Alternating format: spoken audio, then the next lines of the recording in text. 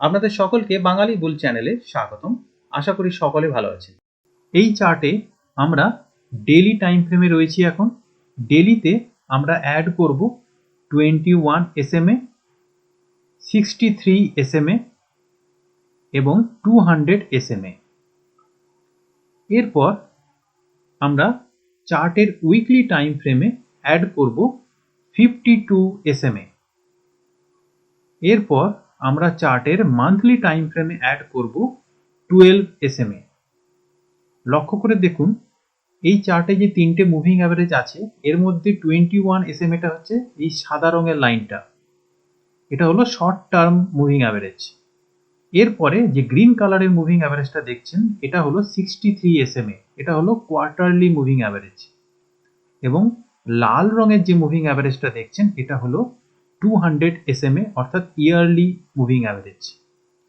এই চার্টটি এখন রয়েছে ডেইলি টাইম ফ্রেমে। আমরা যখন উইকলি টাইম ফ্রেমে যাব তখন একটি মাত্র মুভিং অ্যাভারেজ আমরা দেখতে পাচ্ছি, কারণ আমরা উইকলি চার্টে একটি মুভিং অ্যাভারেজকে অ্যাড করেছি, সেটা হলো 52 উইক SMA। যেহেতু 52 সপ্তাহে এক বছর হয় তাই 52 উইকের যে SMA সেইটা আমরা উইকলি চার্টে ব্যবহার করব। এরপর আমরা মান্থলি চার্টে যাব এবং এখানে একটি মাত্র মুভিং অ্যাভারেজ আমরা দেখতে পাচ্ছি, এটা হলো 12 সিম্পল মুভিং অ্যাভারেজ। কারণ 12 মাসে এক বছর তাই 12 মুভিং অ্যাভারেজ। বড় পিরিয়ডের যে মুভিং অ্যাভারেজ, প্রাইস যতক্ষণ সেই মুভিং অ্যাভারেজের উপরে থাকবে আপ ট্রেন্ড সেই টাইম ফ্রেমে ততক্ষণ চলবে। এটা হলো মান্থলি চার্ট। প্রাইস যতক্ষণ মান্থলি চার্টে 12 SMA এর উপরে চলতে থাকবে ততক্ষণ মান্থলি চার্টে আপ ট্রেন্ড চলবে। ঠিক সেই রকম উইকলি চার্টে প্রাইস যতক্ষণ 52 SMA এর উপরে থাকবে ততক্ষণ উইকলি চার্টে আপ ট্রেন্ড চলবে। এবং ডেইলি চার্টে প্রাইস যতক্ষণ 200 মুভিং অ্যাভারেজের উপরে চলবে আপ ট্রেন্ড ততক্ষণ চলবে। কিন্তু ডেইলি চার্টে প্রাইস যদি 63 মুভিং অ্যাভারেজের উপরে থাকে তাহলে সেই আপ ট্রেন্ডের স্ট্রেংথ আরও বাড়ে। কিন্তু যদি প্রাইস 63 মুভিং অ্যাভারেজের নিচে চলে আসে তাহলে এই আপ ট্রেন্ড দুর্বল হতে পারে। তাই আমাদের লক্ষ্য রাখতে হবে ডেইলি চার্টে প্রাইস 63 মুভিং অ্যাভারেজের নিচে আছে না উপরে আছে। শক্তিশালী আপ ট্রেন্ডের জন্য ডেইলি চার্টে প্রাইসকে 63 মুভিং অ্যাভারেজের উপরে থাকতে হবে। যদি প্রাইস 63 মুভিং অ্যাভারেজের উপরে থাকতে ব্যর্থ হয় তাহলে আপ ট্রেন্ড দুর্বল হওয়ার সম্ভাবনা বেড়ে যাবে। প্রথম ট্রেন্ড রিভার্সালের সিগন্যাল আমরা ডেইলি চার্ট থেকে পাবো যদি প্রাইস 63 মুভিং অ্যাভারেজের উপরে থাকতে ব্যর্থ হয় এবং নিচে নেমে আসে এবং আস্তে আস্তে করে মুভিং অ্যাভারেজ এবং প্রাইসের মধ্যে গ্যাপ নিচের দিকে বাড়তে থাকে, সেক্ষেত্রে আপ ট্রেন্ড রিভার্স করার সম্ভাবনা বেড়ে যাবে। আমরা আগেই জেনেছি চার্টে দুটো মুভিং অ্যাভারেজের ক্রসওভারের মাধ্যমে নতুন ট্রেন্ডের জন্ম হয়। ডেইলি চার্টে কোনো নতুন আপ ট্রেন্ডের জন্ম হয় তখনই যদি 63 SMA নিচের থেকে 200 SMA কে ক্রস করে। আমরা এই ধরনের ক্রসওভারকে বেশি গুরুত্ব দেব, কারণ সেই ক্রসওভারের মাধ্যমে শক্তিশালী আপ ট্রেন্ড তৈরি হয়। কিন্তু চার্টে যদি 21 SMA এবং 63 SMA এর মধ্যে বুলিশ বা বেয়ারিশ ক্রসওভার হয় সেটা শর্ট টার্ম ইম্প্যাক্ট হতে পারে। কিন্তু বড় ট্রেন্ডের জন্ম হয় তখনই যদি 63 SMA 200 SMA কে ক্রস করে নিচের দিক থেকে, বা উপরের দিক থেকে 63 SMA 200 SMA কে ক্রস করে। এখানে লক্ষ্য করুন 63 SMA এইখানটায় বুলিশ ক্রসওভার করেছিল হিন্দুস্তান পেট্রোলিয়ামের চার্টে। এই জায়গায় বুলিশ ক্রসওভার হয়েছিল 63 SMA এবং 200 SMA এর মধ্যে। এটা ছিল 2023 সালের ফেব্রুয়ারি মাস। তারপর থেকে প্রাইসে একটা বড় আপ ট্রেন্ড চলেছে এবং এই প্রাইস আস্তে আস্তে করে র্যালি করে আজকে 396 টাকায় দাঁড়িয়ে আছে। এই আপ ট্রেন্ড চলাকালীন বেশ কয়েকবার 21 SMA এবং 63 SMA এর মধ্যে বেয়ারিশ ক্রসওভারও হয়েছে, বুলিশ ক্রসওভারও হয়েছে। এগুলো কিন্তু প্রাইসে একটা শর্ট টার্ম ইম্প্যাক্ট।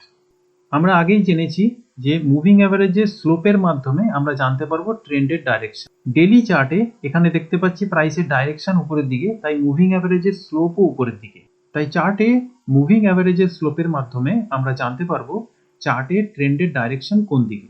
চার্টে যে ট্রেন্ড চলছে সেই ট্রেন্ডের মোমেন্টামের শক্তি বাড়ছে না কমছে সেটা আমরা জানতে পারবো প্রাইস এবং মুভিং অ্যাভারেজের গ্যাপের মাধ্যমে।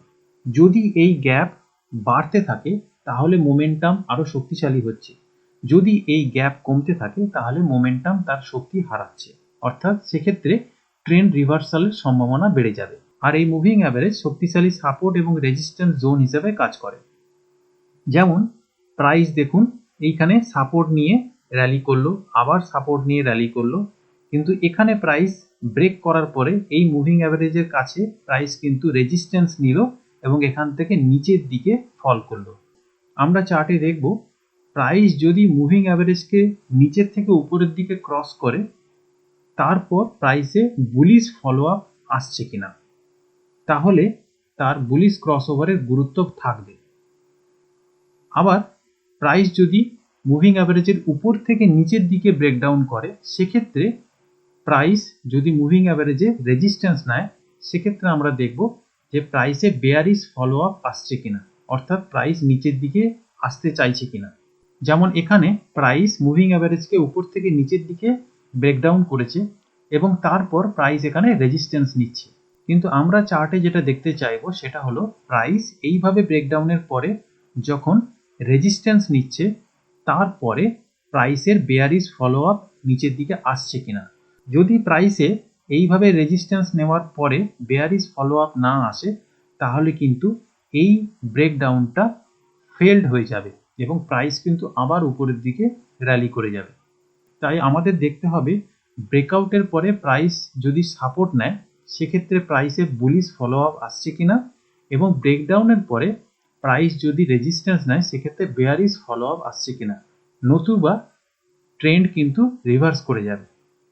যেমনটা এখানে হয়েছে, প্রাইস এখানে রিজেক্ট করলো, রেজিস্ট্যান্স নিল, কিন্তু বেয়ারিশ ফলো আপ এলো না, প্রাইস কিন্তু গ্র্যাজুয়ালি আবার উপরের দিকে চলে গেল। কোনো স্টকের উইকলি চার্টে যদি প্রাইস 52 SM এর উপরে না থাকে তাহলে আমরা সেই স্টকে পজিশনাল ট্রেডিং বা সুইং ট্রেডিং করব না।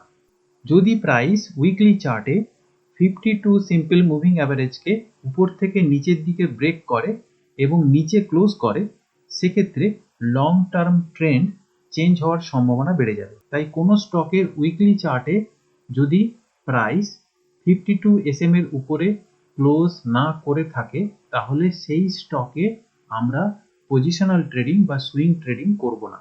এটা হলো সবথেকে গুরুত্বপূর্ণ কন্ডিশন। ভিডিওটা যদি ভালো লেগে থাকে তাহলে লাইক আর সাবস্ক্রাইব করতে অনুরোধ রইল। দেখা হচ্ছে পরের ভিডিওতে। শিখতে থাকুন, সুস্থ থাকুন, এগিয়ে চলুন।